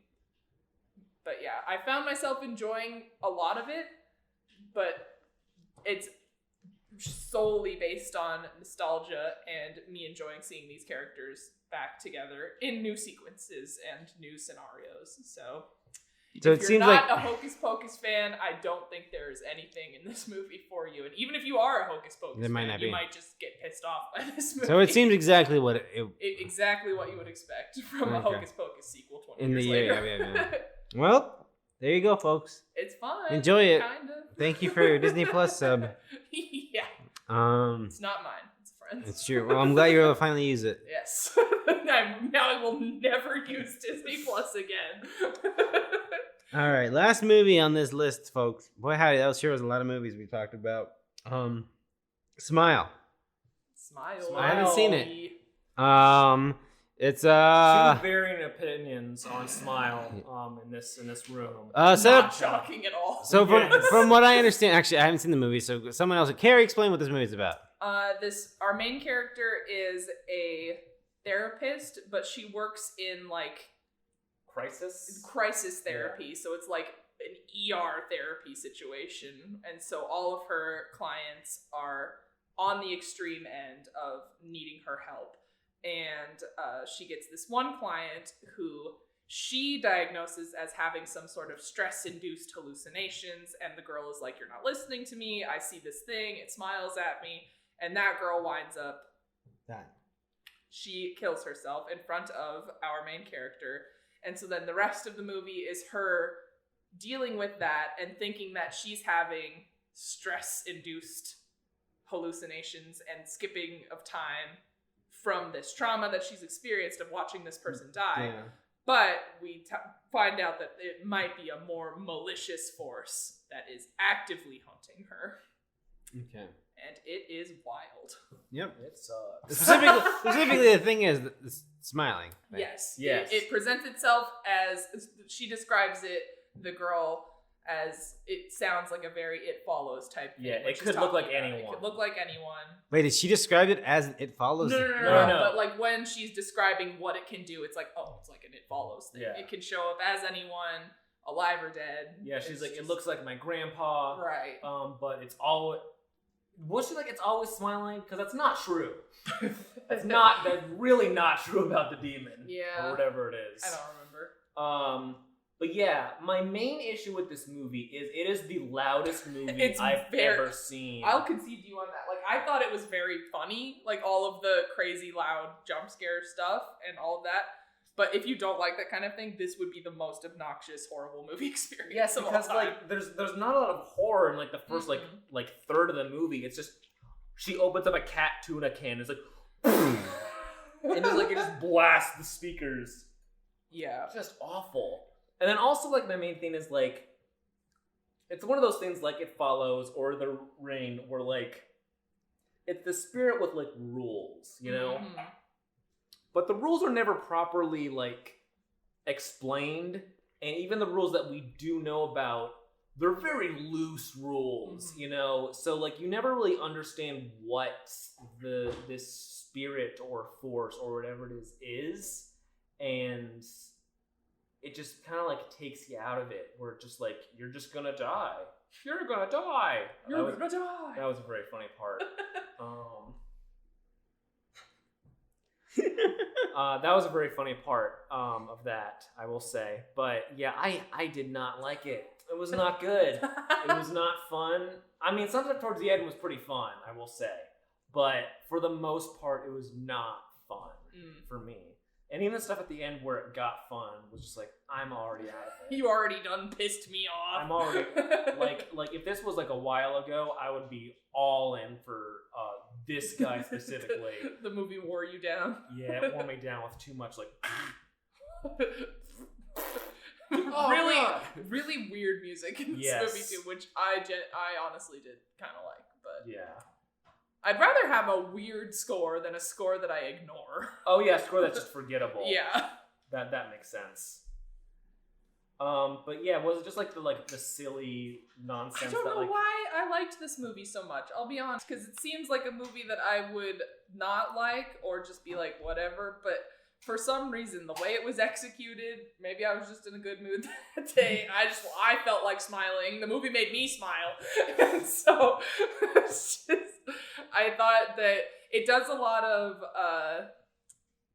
mental trickery, as you would expect from a movie like this, and it's just like, oh, is this happening? Oh wait, no, it's actually this. But it's, which I like. I enjoy a movie that tries to usurp me. I like that, but it's also like, I don't like being lied to, because it's like, well, no, it's because like that's just funny.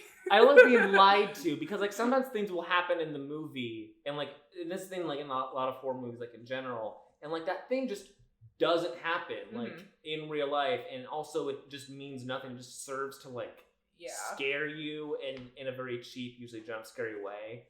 And like I just don't like, just like you can be scary without just having a thing that just, you know, if it was removed from the film, nothing would change. Sure. Yeah. That's how I feel, because like she would like see like whole sequences and just nothing about that mattered. It was just a pure like, ooh, and I don't like that. I don't like being. Don't lie to me, movie. Don't lie to me. I like it. And I get that for a lot of them. It's like, well, it's because the character's losing their mind. And it's like, maybe do it in a better way. I don't know. I'm losing my mind now. Yeah, I'm just mad. Well, that's all the movies we got, folks. There's a whole bunch right there. October, the month we are currently recording this in, but there are movies. The scariest time of year. Woo! Smile. Oh no. October. My Best Friend's Exorcism. I don't know what this is. Hell yeah. This is a book, right? Yes, it's a book by Grady Hendrix, and it's a very good book. This is a movie podcast. Carrie. Have you been reading these things the whole time? Jesus Christ. How many years? Oh no. I've just been reading the scripts. I haven't watched a single movie. No, but yes, this is a film based on a book. They do that sometimes. I know it gets a little weird. But it's already out. It's streaming on Amazon right now, and I have seen it. But for the purposes of this podcast, this might be pretty good. Okay. But basically the setup is these two best friends are, one of them is about to move away, and they're having like their last hurrah of their time together, and they go to a party at their other friend's lake house, and it's like 5 of them, and they wind up in this I don't know what to call it. It's like a weird building out in the forest, and they're like, the one friend ends up there and has a weird experience there, and they're all freaked out by it, but they think everything's fine. But then that friend starts acting progressively weirder and weirder, and they have to figure out what is going on. And then they eventually arrive at the conclusion that she might be possessed. Oh, okay. It's very fun. This has an 8th grade girl in it, right? Yes. Yep. Okay. Elsie Fisher is the one in the best friend dynamic. They're the one who is not possessed. Okay. So is it a funny movie then, or a funny book? It's a very I'll show you the cover of the book and that'll tell you everything you need to know. Oh, okay. It sounds like horror comedy. Grady Hendrix, that author, he does horror books, but they're all very humor injected, and I think you guys would like his books, honestly. They're all really fun, quick reads, and I think this one is probably my favorite of his that I've read. But well, we're excited for this cover. It's a good cover. Yeah, apparently you can judge the book by. I love doing that. Oh, I see. Oh, I think I had this book on my wish list actually at some point. So yes, I definitely had this book as a VHS. Yeah. Okay. So it's basically like an 80s best friend movie, but someone's possessed. Demons. It's very cute. All right. It's very demons.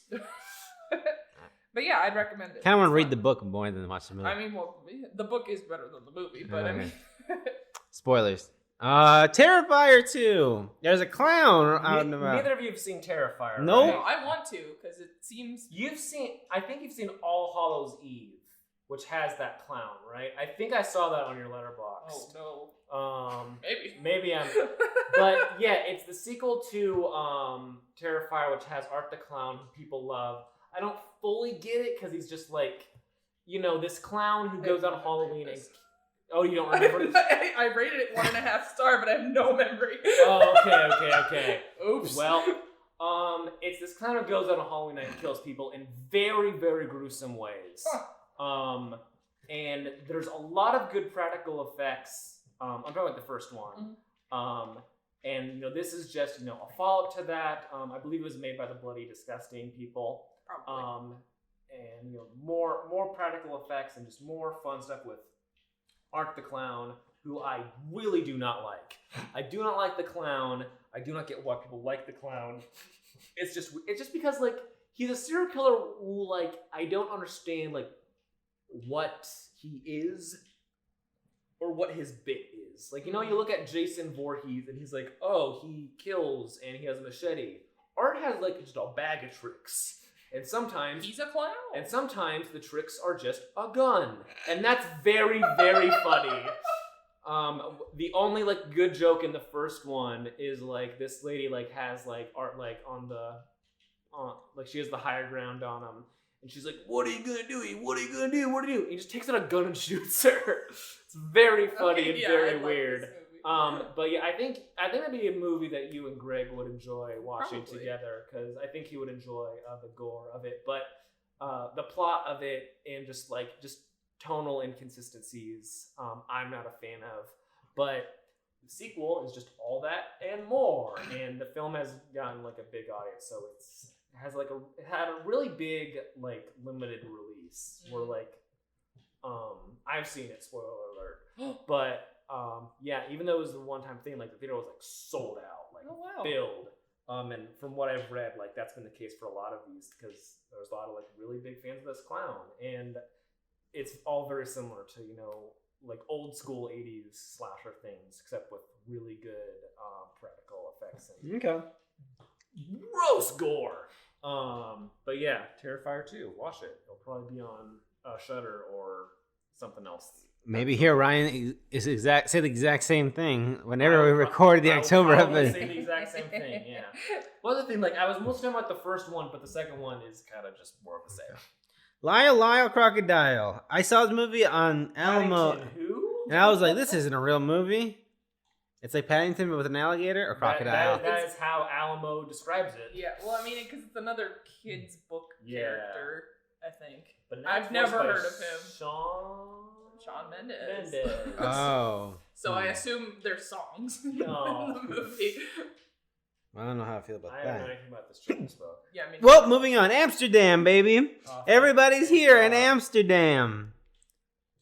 Literally every actor is in this movie. This director has definitely not done anything weird to... Oh, what's this director? David O. Russell. What has he done? David O. Russell did some not cool things to his niece.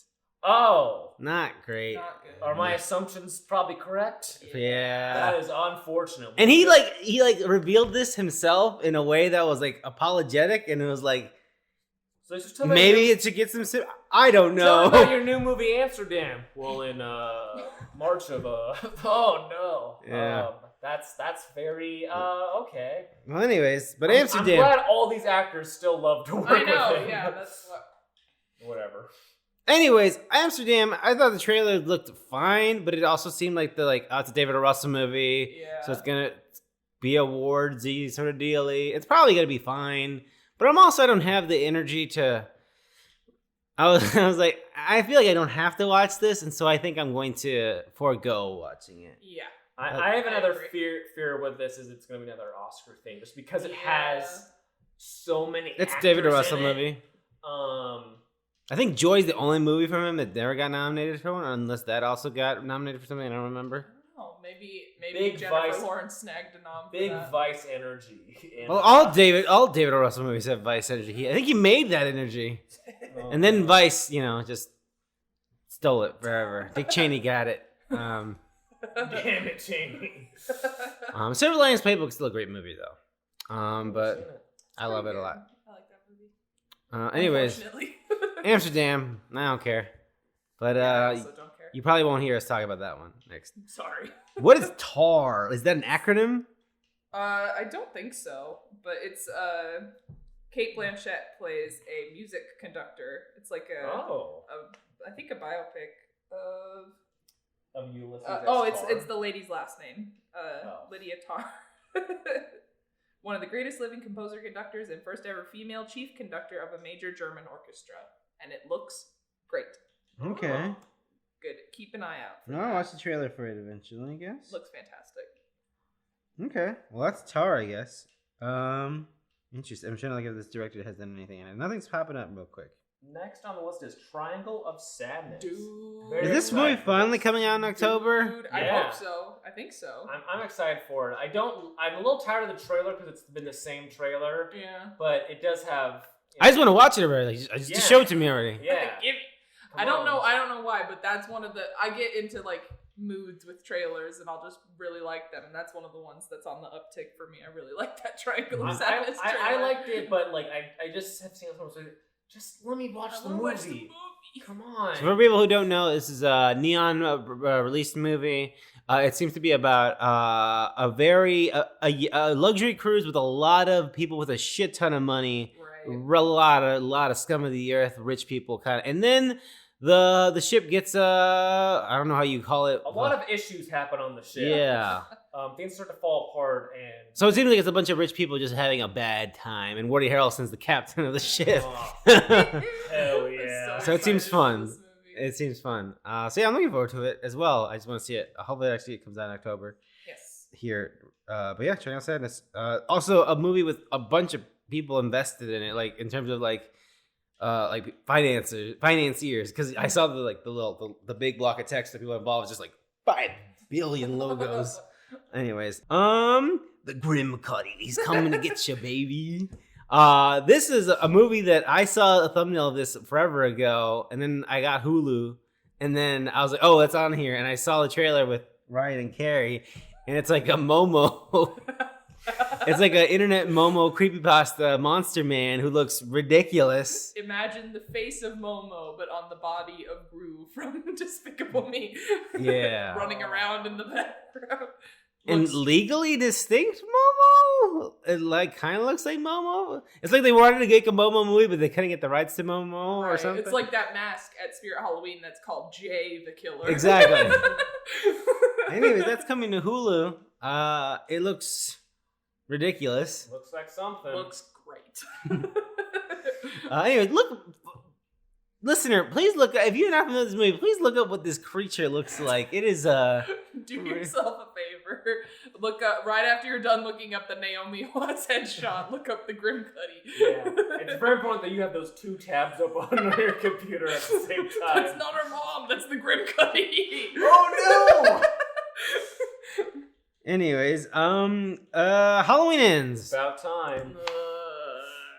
We're watching. It's crazy how we all enjoyed the first new Halloween, And then, well, we were mixed on it. I was mixed. I think everyone else liked it. I was mixed on it. I liked it. I was the only one. And then I rewatched it, and I was like, "Oh, this is great! Actually, I love this." But then Halloween Kills was so bad, really weirdly bad, and nonsensical. It's like, oh, another one of these. I saw some journalist, just out in the world, who's an entertainment writer, just put out a tweet. If you worked on the movie Halloween Kills, please let me know. Because it's just so confounding how the hell that movie happened after Halloween. And here we are. We're finally going to end it. Evil dies tonight, as they say. Yes. What do I expect? I hope, part of me hopes that maybe they can fix this. I don't think they will, but at the same time, I wouldn't have expected them to fuck that second one up so badly. Yeah. Maybe they come back. But I don't think so, because I think they filmed these pretty much back to back. Yeah, they did. So it's like... Yeah.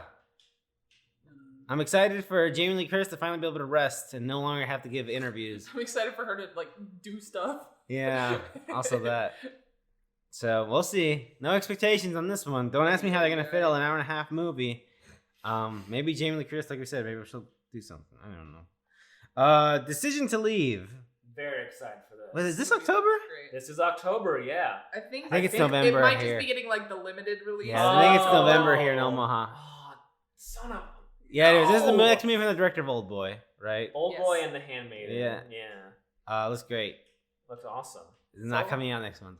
Yeah, here. It's just like a crime thriller. Is yes. that right? From what I get from the trailer, husband is dead. Interrogating the wife. I was like, no way. The wife's like, no, I liked him a lot. It wasn't me. And then that's all I got from the trailer. And then it's like mystery. Then the detective is like, this lady though, she seems pretty cool. Yeah, she's pretty cool. I like to interview more, maybe over dinner. But yeah, I'm sure it's gonna be great. Whenever it comes out. Whenever it comes out. You can catch it on Mubi, maybe. Mubi, baby. VHS 99. We're back to just making VHS movies, folks, every year. Perfect. Love it. They already announced on VHS 85 for next year. Hell yes. I still haven't seen 94. Pretty fun. I'll probably watch it soon. I ordered the Blu-ray. Nice. So yeah, from this one, I looked it up yesterday while we were just hanging out. But we have the director of the Resident Evil Welcome to Raccoon City. I'm trying to look this up real quick. My phone, we'll see if it does it. VHS 99, baby. Okay, we got Flying Lotus. I got nothing there. We got Tyler McIntyre, who did Tragedy Girls. Yes.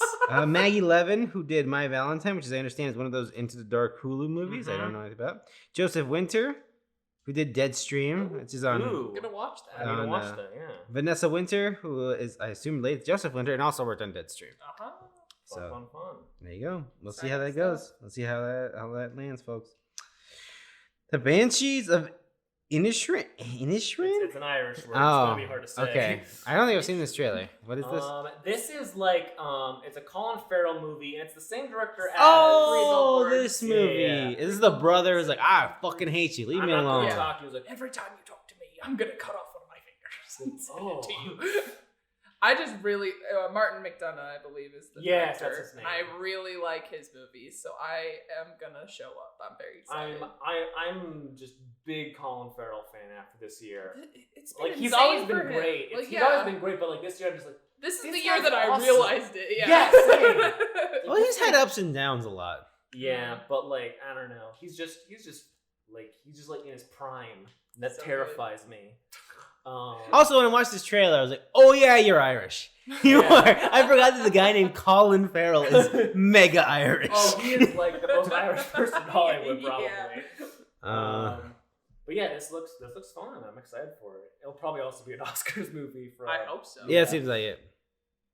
And then, speaking of Oscar movies, Black Adam. It's finally here. The movie The Rock has been working on for like 15 years. The hierarchy of power is about to shift in the DC universe. When Black Adam shows up, baby. All right. You the hierarchy of power is shifting. You feel that? I'm feeling it. The hierarchy of power is shifting in the DC universe. In the DC universe? Yes. Oh, wow. You know how stable that normally is? It's shaken now because of Black Adam. Anyways, he's like a superhero, but he's a little different. Yeah. Anyways, Black Adam's finally coming out. Do you know anything about the character of Black Adam in general, George? I don't know. I've heard The Rock try to pitch it to me a lot of times. I'm like, he's been with us for like 15 kind of just want to years. pull up that Summer Game Fest fucking cameo. Did you see this? Where he was in his gym and he simultaneously promoted Zoa, his energy drink, the fact that he is in Fortnite, the fact that he is in Fast and Furious, and Black Adam. And it was the most impressive thing I have ever seen in my life. The Rock, a professional. We all know his Xbox performance. Like, you know, like The Rock relates a lot to the Xbox. Like, the Xbox is really powerful. The Rock is a really powerful wrestler. And you just think, folks, watch this Summer Game Fest video of him pitching 4 things seamlessly and going into a Black Adam trailer from his gym. It's incredible. Anyways, none of us are gonna watch Black Adam, right? No. I don't want to. I might, just because I had the season pass and to get it over with. I don't know, Fair. but I'm not thrilled about it. Pierce Brosnan. He's funny. Is he? I've never seen Mamma Mia. He's very funny in Mamma Mia because they'd make him sing. And it's Exactly. Like, why are we doing I think this? him in general is just very funny. I don't know. Okay. I don't know why, Pierce but when Brosnan. I thought about Pierce Brosnan, my go-to was "Remember Me." He's in that? He's Robert Pattinson's dad. Oh, that's a good dad for Robert Pattinson to have. Anyways, that's Black Adam. I'm just glad for this movie to come out, so We the can move on Rock with can our lives. finally stop talking about Black Adam. Yeah. Anyways, he's a producer on it. That's gonna be October. We read through those list of movies and a lot of spooky stuff. Oh, we forgot to write Hellraiser on there. Oh yeah. Oh, I skipped it. My bad. Skipped it, Well, you skipped it, and I also didn't realize, so it's really all of our faults. If you Great. think about it. We're all failures. Anyways, Hellraiser. There's a new Hellraiser. What's the quality of it? Who knows? We'll find out in October. Anyways, back in the saddle. Back to talking about podcasts at a relatively scheduled manner. Look, none of us are going to get married anytime soon. Or get COVID. Knock on wood. Knock on wood. Oy, oy, oy. So I think we're going to be pretty good if you ask me. But who knows? Ryan, where can people find you if they wanted to? Go to letterboxd.com and look for Film Piece, and that is me, Ryan. You can look at my review of Black Adam. Yeah, sure. I'd love to review Black Adam. It's just a brownie face. Carrie, where can folks find your opinions about films if they'd Find like me them? on Letterboxd just by searching my first name, Carrie, Karrie. And you can follow me on Twitter, I guess, at jcruzalvarez26 and jcruzalvarez26 on Letterboxd. I've somehow accidentally found myself watching a horror movie every day in October by accident. Woo! I'm these horror movies, they're pretty intense. There's like a lot going on. It's like really not nice movies to watch sometimes. I'm a little, Pretty scary. Yeah. It's pretty upsetting. anyways. But yeah, you can follow me there.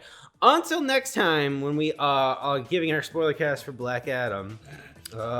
Take care out there. Get ready for our 2-hour soul discussion on Black Adam. Make sure you're sitting down while the what the fuck was I saying? The Rock is cooking? No, the fucking something about the DC whatever. The hierarchy of power. Thank you. In the DC universe. All right. Bye-bye.